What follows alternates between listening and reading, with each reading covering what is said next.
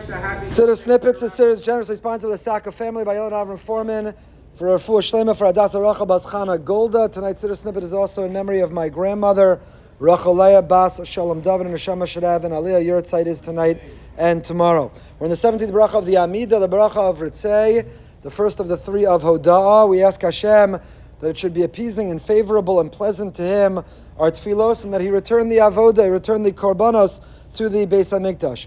We had a question where the comma, where the period goes, Ishei Yisrael, is that coupled with tfilasam, the fire of the Jewish people, or does it go earlier with the avodah? We have a similar question when it comes to the word bi'ahava, because the bracha continues, Usfilasam bi'ahava sekabel beratzon, Usfilasam, their tfilos, again we're referring in third person, the first bracha of the Amida, that we don't describe ourselves in first person, tfilas seinu, our prayers, but we say tfilasam, their prayers. And we ask Hashem, how should they be received? Beratzon, how? Bi'ahava. So is the word bi'ahava going with tfilasam or sekabel? Are we asking Hashem, our loving prayers should be received well, or our prayers should be received with love and with ratzon? How do we understand it? So Chaim Kanievsky Zatzal says it depends if you're Ashkenazi or Sephardi. It doesn't really depend if you're Ashkenazi or Nusach Sfard. It means it depends which Nusach you say. In Ashkenaz we say Usfilasam bi'ava sekabel beratzon. Nusach Sfard says Usfilasam bi'ava b'mheira. B'mheira bi'ava sekabel beratzon. It has the word b'mheira. So the extra word Mehera b'mehera bi'ava v'ratzon, so that determines where the ava goes. So one understanding is, HaKadosh Baruch Hu, which tfilos does Hashem accept b'ratzon? When does it find favor? When does it appease Hashem? When our tfilos are offered bi'ahava, with love. Everything is better, everything is sweeter, everything is more successful, everything elevates higher, faster, penetrates shamayim when it's done bi'ahava. If a person offers tefillah with a bitter, resentful, angry, miserable, fabissina, sad heart, so who wants to be in a conversation with somebody? But when it's done bi'ahava, sfilasam bi'ahava, then sekaba beratzon, that the prerequisite to HaKadosh Baruch Hu wanting to receive our tefillos beratzon is that we offer them bi'ahava. It should be something which is done with a sense of love. Nusach Sfard alternatively understands it, usfilasam, our tefillos, their tefillos, bi'ava b'mheira sekabel beratzon, they should be with love, quickly received by Hashem.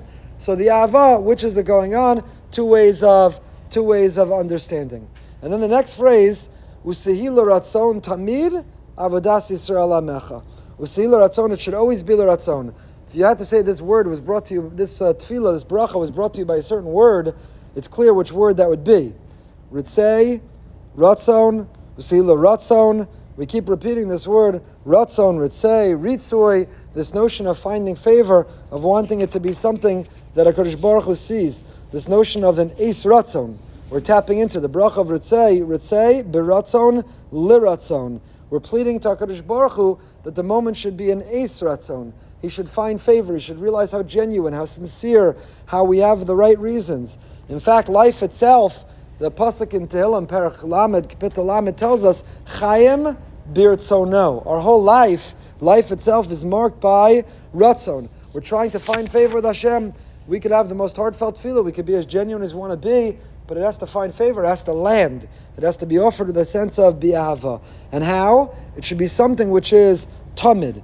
Rav Chaim Friedlander Zatzal, the Mashgiach of Panovich, the Sifsei Chaim points out that this word tamid means we're asking Hashem, Usehi l'ratzon tamid avodas Yisrael amecha.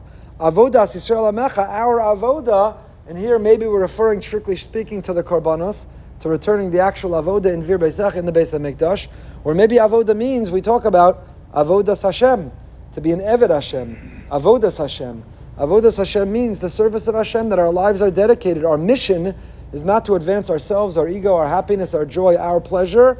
Our mission, our purpose is avodas Hashem. We're here to serve Hashem, to be advanced kvod shamayim, to mold and shape and repair and redeem the world in Hashem's image. So HaKadosh Baruch Hu, avodas Yisrael amecha, the avoda, our mission, our purpose, our goal, it should be tamid. It should be renewed constantly. It should be something that never gets old and never grows stale, and then it's l'ratzon. Usihi l'ratzon. When does Hashem find favor? When does it appease him? When does he receive it well? When it's tamid, says Rav Chaim Friedlander. When it's renewed, when it's fresh, when it's revitalized. Person's avodas Hashem can grow old. The more years, the more decades we are alive, we're just going through motions. It could feel like we're repeating the same day, the same week, the same month over and over again. Our tefillah is that it should be tamid, that avodas Yisrael should be something that's revitalized and renewed, energized, always fresh, consistent and constant. Should be something which is exciting, because when it is that, then it's sehi l'ratzon, then it will be for something for him, which is l'ratzon. I'll leave you off with this question.